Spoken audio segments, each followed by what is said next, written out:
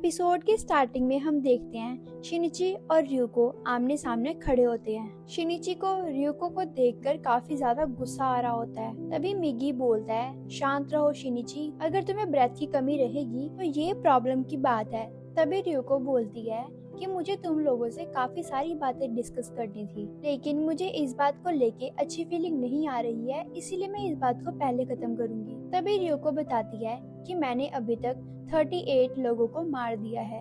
उनमें से मैंने ज्यादातर लोगों को फूड के लिए मारा था। अगर तुम इसे किसी और पैरासाइट से कंपेयर करोगे तो ये तो बहुत ही कम है, और ये इसलिए क्योंकि मैं अपने आप को ह्यूमन फूड पे जिंदा रख सकती हूँ। तभी ryuko आगे बताती है कि मैंने ह्यूमंस के ऊपर काफी स्टडी की है, जिससे मुझे ये पता लगा कि पैरासाइट ह्यूमन फूड को खाकर भी जिंदा रह सकते हैं। और अब मैं इस कंक्लूजन पे पहुंची हूँ कि पैरासाइट और ह्यूमन एक तरह की फैमिली है, और हम पैरासाइट्स एक मैनकाइंड के चिल्ड्रन हैं। तभी शिनिची ये सब कुछ सुन के गुस्सा हो जाता है और कहता है, क्या बकवास कर रही हो तुम। फिर ryuko बोलती है कि मुझे पता था तुम इस बात को एक्सेप्ट नहीं कर पाओगे, लेकिन असलियत तो ये है कि हम लोग कमजोर हैं। हम लोग तो ऐसी लाइफ फॉर्म्स हैं जो कि अपने दम पे जिंदा रह ही नहीं सकती, इसीलिए प्लीज तुम मेरे साथ या किसी और पैरासाइट के साथ ना बैड बिहेव मत करो। तभी मिगी ryuko की बात सुनकर काफी ज्यादा इम्प्रेस हो जाता है। तभी ryuko बोलती है कि तुम दोनों काफी ज्यादा स्वीट हो,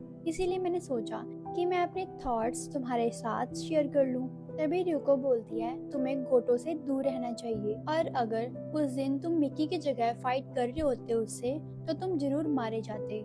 तभी ryuko बताती है कि गोटो हम सभी पैरासाइट से काफी ज्यादा स्ट्रॉन्ग है, जिसे मैंने एक्सपेरिमेंट के बाद बनाया है। तभी हम देखते हैं वहाँ पे हिरामा आ जाता है और उसके एम्प्लॉइज भी। हिरामा शिनिची को वहाँ पर देख के काफी ज्यादा हैरान होता है। हिरामा बोलता है कि देखने में ये सीन तो काफी अच्छा है कि एक मदर अपने बच्चे के साथ है और यहाँ पे एक हाई स्कूल का बॉय साथ में घूमने आया है। लेकिन तभी वो कहता है, असल में ये तो एक पैरासाइट है जिसने अपनी फ्रेंड की बॉडी को भी देखा था, जिसे एक पैरासाइट ने मारा था, और अब ये दोनों यहाँ पे खड़ी हैं एक और मर्डर के बाद।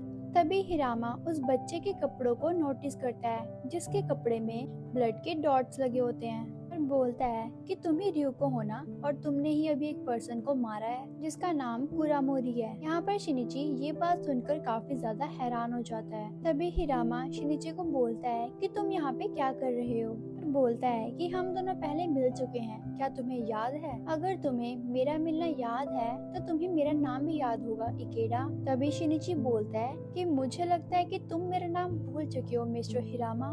उसके बाद हिरामा ryuko को बोलता है कि तुम तो काफी काम दिख रही हो, आखिरकार बात क्या है? तभी ryuko बोलती है कि तुम शायद मुझे कोई और समझ रहे हो। देखते हैं हिरामा और उसके बाकी एम्प्लॉइज गन्स निकाल लेते हैं। तभी हिरामा बोलता है कि मैं श्योर हूँ कि मेरा शॉट तुम्हारे ऊपर ही लगेगा। ryuko हिमादा को अपने ऊपर गन पॉइंट करते हुए देखती है और कहती है, आखिरकार तुम लोग करना क्या चाहते हो, प्लीज मुझे अकेला छोड़ दो। लेकिन हिरामा बिना कुछ सुने उसके ऊपर गोली चला देता है। तभी हम यहाँ पे मुरानो को देखते हैं जिसने गनशॉट सुन ली होती है। तभी हम देखते हैं हिमादा ने ryuko के फोरहेड पे गोली मारी होती है, लेकिन ryuko को तो कुछ भी नहीं होता और वो फिर से ठीक हो जाती है।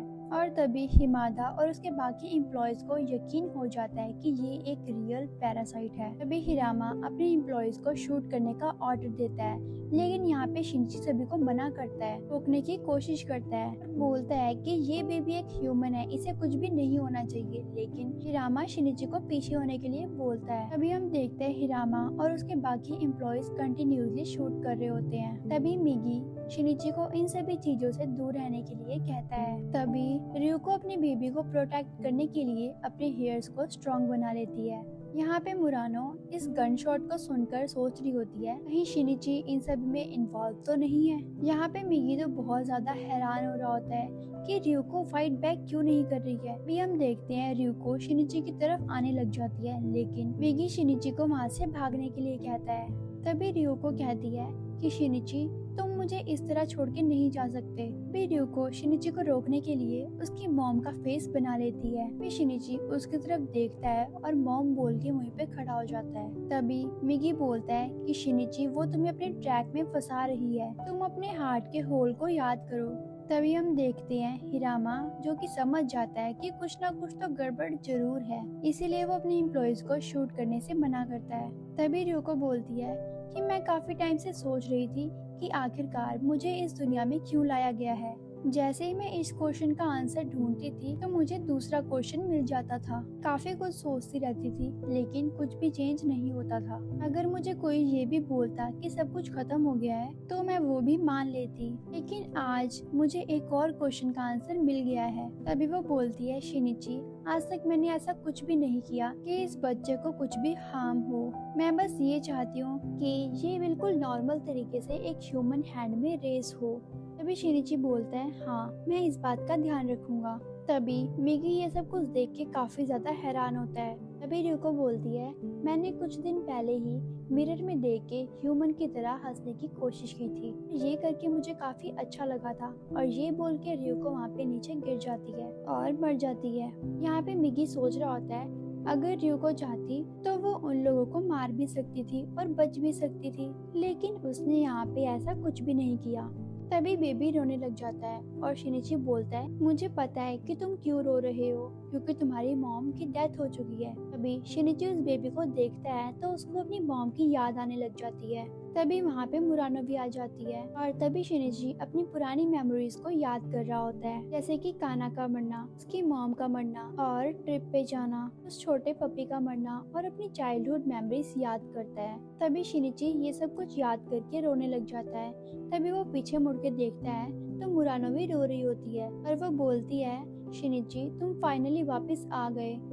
वहाँ पे गवर्नमेंट के काफी सारे लोग आ जाते हैं और वहाँ पे इन्वेस्टिगेशन स्टार्ट हो जाती है। यहाँ पे शिनिची इन सभी चीजों में इन्वॉल्व था, इसीलिए शिनिची को भी ले जाते हैं पूछताछ के लिए। उसके बाद हम देखते हैं जब मुरानो स्कूल जा रही होती है तभी मुको मुरानो से शिनिची के बारे में पूछती है। मुरानो बताती है कि वो ठीक है और जल्द ही स्कूल वापस आ जाएगा। यहाँ पे मुरानो सोच रही होती है कि उस दिन पार्क में जो भी कुछ हुआ वो न्यूज में नहीं आया, लेकिन मैं खुश हूँ कि शिनिची वापस आ गया है। तभी हम देखते हैं दो ऑफिशियल्स जो कि शिनिची के बारे में बात कर रहे होते हैं। तभी उसमें से एक पर्सन बोलता है कि शिनिची अपनी एज के अकॉर्डिंग इतना ज्यादा काम नहीं है। फिर दूसरा पर्सन रिप्लाई में बोलता है कि हाँ कुछ लोग काम होते ही हैं, लेकिन मुझे ये नहीं पता कि शिनिची के पास वो कैपेबिलिटी है कि नहीं जो कि डिटेक्टिव्स ढूंढ रहे हैं। शिनिची तो उस दूसरे गाय के सामने तो कुछ भी नहीं है। तभी दूसरा पर्सन दिखाया जाता है जिसके बारे में वो दोनों बात कर रहे होते हैं। वो पर्सन एक पिजनर होता है और वो एक ऑफिशियल को बोलता है कि क्या तुम्हें पता है कि मैं एनिमल से बात कर सकता हूँ। इसके रिप्लाई में वो पर्सन उसे चुप रहने के लिए कहता है। तभी वो बोलता है कि आज तुम मुझे किससे मिलवाने के लिए लेके जा रहे हो। तभी हिरामा बोलता है, एक ह्यूमन से। ये सुनकर वो पर्सन काफी जोर जोर से हंसने लग जाता है। भी हिरामा बोलता है कि तुम्हारा असली टेस्ट तो अब शुरू होने वाला है। वो पर्सन हिरामा को बोलता है कि मैं तो बिल्कुल ही इनोसेंट हूँ, मैं झूठ नहीं बोलूंगा। अभी उस पर्सन को एक रूम में बिठाया जाता है और शिनिची को भी वहाँ पे बुलाया जाता है। तभी शिनिची अपने मन में सोच रहा होता है कि चाहे कुछ भी हो, लेकिन मुझे मिगी को इस सभी चीजों से दूर रखना होगा और बिल्कुल काम दिखना होगा। हिरामा उस प्रिजनर को देखता है जिसका नाम उरागामी होता है। उसे बोलता है कि ये तुम्हारे पास लास्ट चॉइस है ताकि तुम अपनी एबिलिटी को प्रूव कर सको। शिनिची उस रूम में पहुंच जाता है और वो देखता है कि वहाँ पे 4 लोग बैठे होते हैं। तभी हिरामा उरागामी को इंस्ट्रक्शंस देता है कि तुम अभी 5 लोगों से मिलोगे और तुम्हें ये बताना है कि वो कौन है जिसके पास तुम्हारी जैसी एबिलिटी है, क्योंकि तुमने ही बोला था कि तुम अपनी जैसी एबिलिटी वाले को पहचान सकते हो। तभी हिरामा उसे बोलता है कि अगर उनमें से कोई पैरासाइट भी हो तो वो भी मुझे बताना। ये सुनकर उरागामी काफी डर जाता है। तभी हिरामा बोलता है, तुम चिंता मत करो, ये एक बुलेट प्रूफ ग्लास है, मुझ पे बिलीव रखो, तुम्हें कुछ भी नहीं होगा। तभी वहाँ पे फर्स्ट पर्सन अंदर जाता है और उरागामी उसको देख के बोलता है कि ये कोई पैरासाइट नहीं है और मेरे जैसी इसके पास एबिलिटी है कि नहीं ये जान पाना तो काफी मुश्किल है। उसके बाद हिरामा उरागामी से उसके थॉट्स पूछता है। तभी वो बोलता है कि ये पर्सन तो टोटली फ्रॉड है। जिसके रिप्लाई में एक ऑफिसर बोलता है कि देखो तो बात कौन कर रहा है, एक सीरियल किलर। उसके बाद उरागामी के पास एक ब्यूटीफुल गर्ल को लाया जाता है, जिसे देख के उरागामी काफी बातें करने लग जाता है उससे। उसके बाद फाइनली शिनिची की बारी आती है। उससे पूछा जाता है कि तुम उरागामी के बारे में क्या सोचते हो, जिसके रिप्लाई में शिनिची बोलता है मेरे लिए कुछ भी कह पाना मुश्किल है। तभी हिरामा बोलता है तुम्हारा काफी सारे पैरासाइट्स के साथ काउंटर हुआ है और रिसेंटली तुम्हें रियोको ने भी अप्रोच किया था। हो सकता है कि तुम्हारे अंदर कोई बात हो जिससे पैरासाइट्स तुम्हारी तरफ अट्रैक्ट होते हैं, या फिर तुम्हारे अंदर कोई ऐसी एबिलिटी हो जिससे तुम जान सकते हो कि पैरासाइट कौन है और कौन नहीं। शिनिची अपने मन में सोच रहा होता है कि मुझे यहाँ पे काम रहना चाहिए। तभी हिरामा अपने मन में सोच रहा होता है कि लास्ट में किरामोरी मरने से पहले जिसका नाम ले रहा था ये वही पर्सन है, लेकिन कुरामोरी के नाम लेने पर भी ये लड़का तो बिल्कुल काम रहता है। इतने में हिरामा नोटिस करता है कि उरागामी सो चुका है। तभी उरागामी उठ जाता है और शिनिची को देख के उसका मजाक उड़ाने लग जाता है, लेकिन तभी वो शिनिची से कुछ अजीब सा सेंस करता है, जिससे उसके फेस पर एक सीरियस लुक आ जाता है। हिरामा उरागामी को बोलता है कि मैं चाहता हूँ कि तुम इसे बोलो कि ये मेरी आंखों में देखे। तभी उरागामी ऐसा ही करता है और शिनिची ये देख के डर जाता है।